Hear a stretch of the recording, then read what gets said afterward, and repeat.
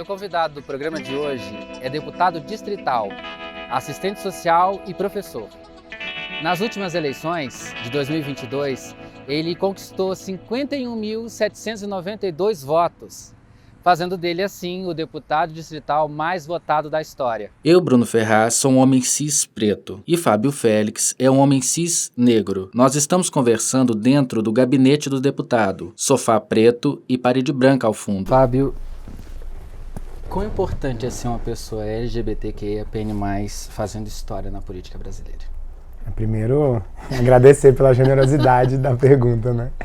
Me colocar nesse lugar aí de fazendo história. Eu acho que a gente está vivendo um momento de transformação na nossa realidade social como um todo, né? Especialmente sobre representatividade na política. Porque a política é um espaço de transformação de todas as políticas públicas, mas da forma como a socialização se dá, a construção da cidade, da identidade. E ter LGBTs, pessoas LGBTQIA+, na política é fundamental para a gente poder ter capacidade real de transformação dessa realidade, incidência nessa realidade. Quando você olhou e decidiu que ia tentar a carreira política, o que foi que te incentivou? Na verdade, eu não encaro muito a política como uma carreira. Muita gente encara dessa forma. Mas o fato de eu estar deputado distrital hoje, iniciando o segundo mandato, tem muito mais a ver com a minha história de militância, o meu ativismo. Então eu comecei minha militância, eu sempre digo isso, quando eu saí do armário. Porque muita gente não sabe, mas a marca da saída do armário é uma marca muito fundamental para quem é LGBTQIA+, né? Uma marca de transformação da forma como você vai encarar o mundo, encarar a sua família, as suas amigas, seus amigos, enfim, toda a sociedade. Então, essa marca ela foi fundamental para trazer força, né? Traz outras coisas junto, né? Uma luta dura, mas ela traz muita força. Então, eu entendo essa marca como a marca de início da minha militância.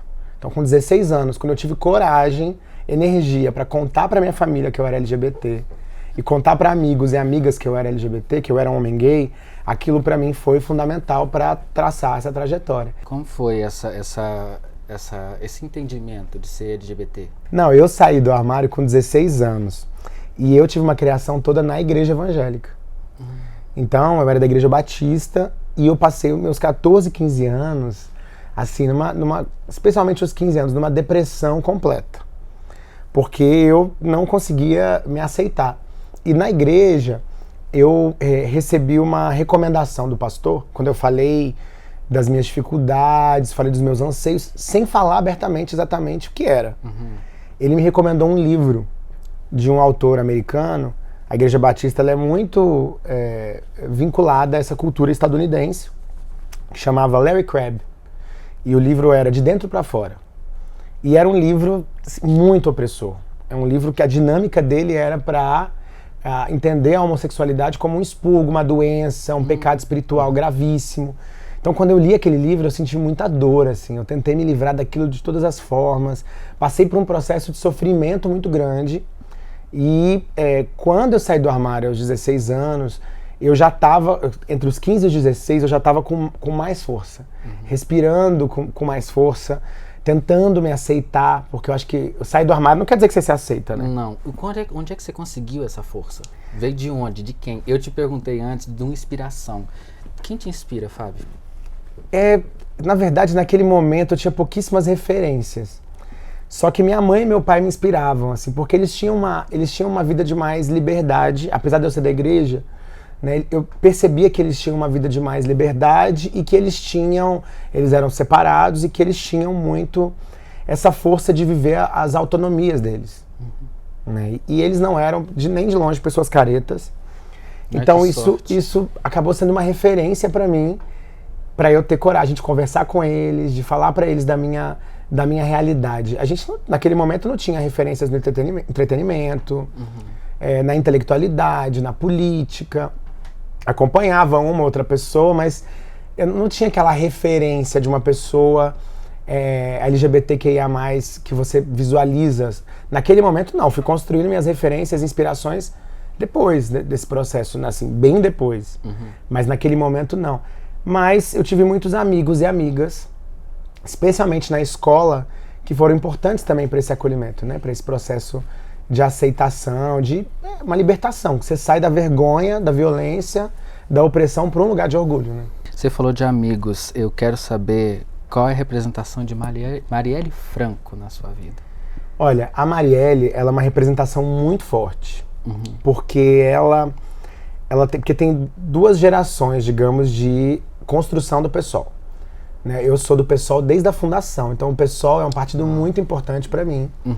E o PSOL é um partido muito importante para a população LGBT brasileira.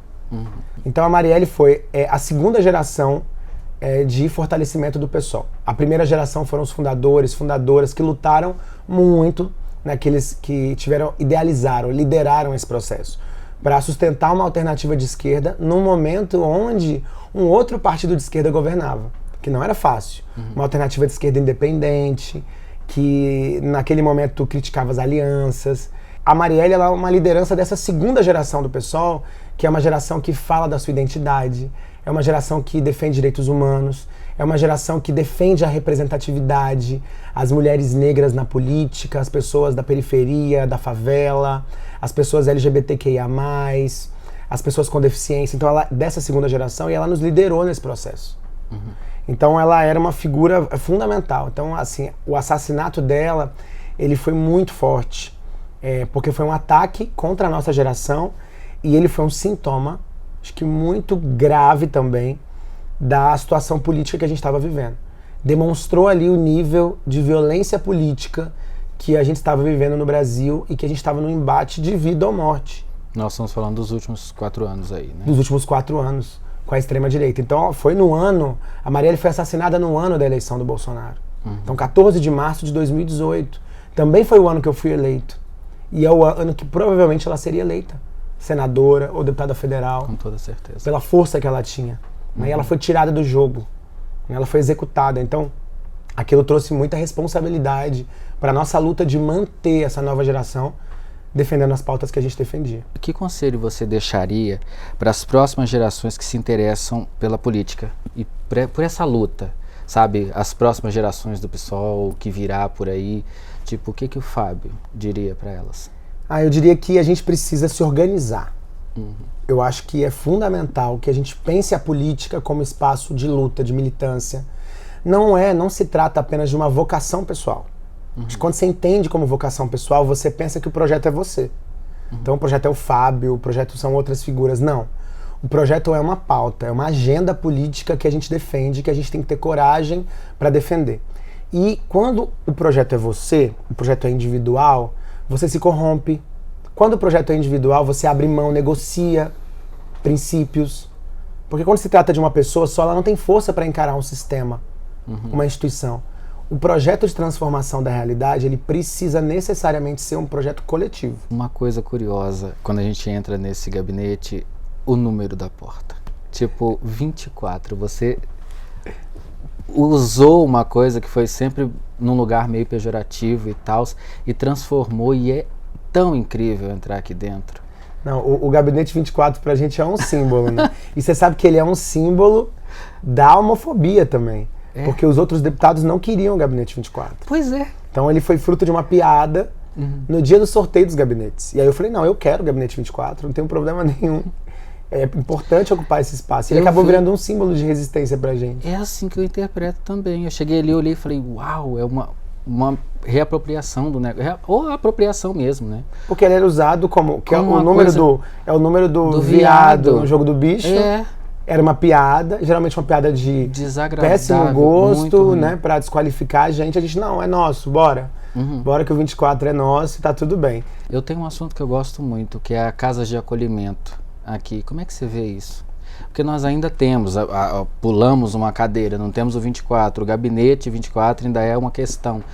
A família tradicional brasileira, aquela coisa toda, ainda coloca seus filhos para fora de casa.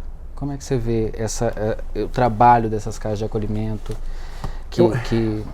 Eu acho que é um trabalho importantíssimo, assim. Aqui, primeiro, falando sobre a família, né, porque eu acho que a gente chega lá, a família, as pessoas idealizam muito as famílias. E eu acho que isso faz parte do projeto conservador. Porque joga toda a responsabilidade nas famílias e eles vendem uma família que é aquela família do pote de margarina, né? Aquela família idealizada que não existe. A maior parte das famílias é das mães solos, é das avós que criam seus filhos, filhas ou netos e netas. A maior parte das famílias é do abandono paterno. A maior parte das famílias hoje é do divórcio. Aquela família da margarina praticamente não existe. Mas a família ou as famílias não deixam de ser instituições fundamentais, porque são na criação, do cuidado, do acolhimento, do amor, do direcionamento nas políticas públicas. Mas a família não é tudo em si. A família precisa ser fortalecida, ou as famílias precisam ser fortalecidas, porque elas são plurais, porque elas são diversas.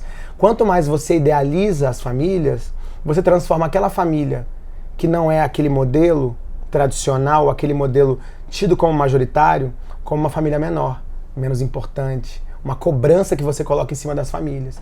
Então a gente precisa lidar com a família real, a família que existe. É com essa família que a gente tem que dialogar, com essas famílias que são plurais, que são diferentes. Não idealizando, porque quando você não idealiza, você reconhece que na família tem violência. A maior parte da violência doméstica contra a mulher acontece onde? Na família. A maior parte do abuso, da exploração sexual contra a criança e adolescente acontece onde? Na família. Então é na família que acontecem muitas violações de direitos. Nós estamos no país que mais mata LGBTs, né? Como é que é para você lidar com essa realidade? É uma realidade. É uma realidade, né? O o Brasil é um país de muitas violências. A gente sabe que a sigla LGBTQIAPN+, ela é muito ampla e ela fala de várias identidades, fala de sexualidade e gênero de uma forma muito ampla. Então não é a mesma coisa. E a gente tem que lembrar, é uma coisa que eu gosto de falar, quando a gente fala de violência contra a população LGBT de forma geral, que a gente tem nessa sigla as pessoas trans, especialmente as mulheres trans. E o Brasil é o país que mais mata mulheres trans do mundo. Essa é uma tragédia. E é o país que mais acessa pornografia de travestis e transexuais do mundo. Então isso mostra o tamanho da nossa hipocrisia, isso mostra o tamanho da violência, da ausência de diálogo sobre o tema de gênero e sexualidade. Então a gente precisa mudar essa realidade. E eu acho que para mudar essa realidade a gente precisa de política pública, e especialmente na educação. Eu acho que a educação é fundamental para isso. O Fábio de hoje, o que ele diria pro Fábio do futuro? Que recado, mensagem, alguma coisa? Pensou nisso? Nossa, eu nunca pensei nisso, o Fábio do futuro, né? Porque, olha, a gente tem o passado, né? A gente já viveu ele, a gente tá vendo aqui o agora. Mas e o futuro? O que você imagina para aquele cara de lá que a gente ainda vai encontrar por aí? Eu espero poder dizer para ele, que é um sonho, né? Eu espero poder dizer, olha, missão cumprida, né? Lutamos tanto, apanhamos tanto, sofremos tanto, mas hoje a gente vive melhor.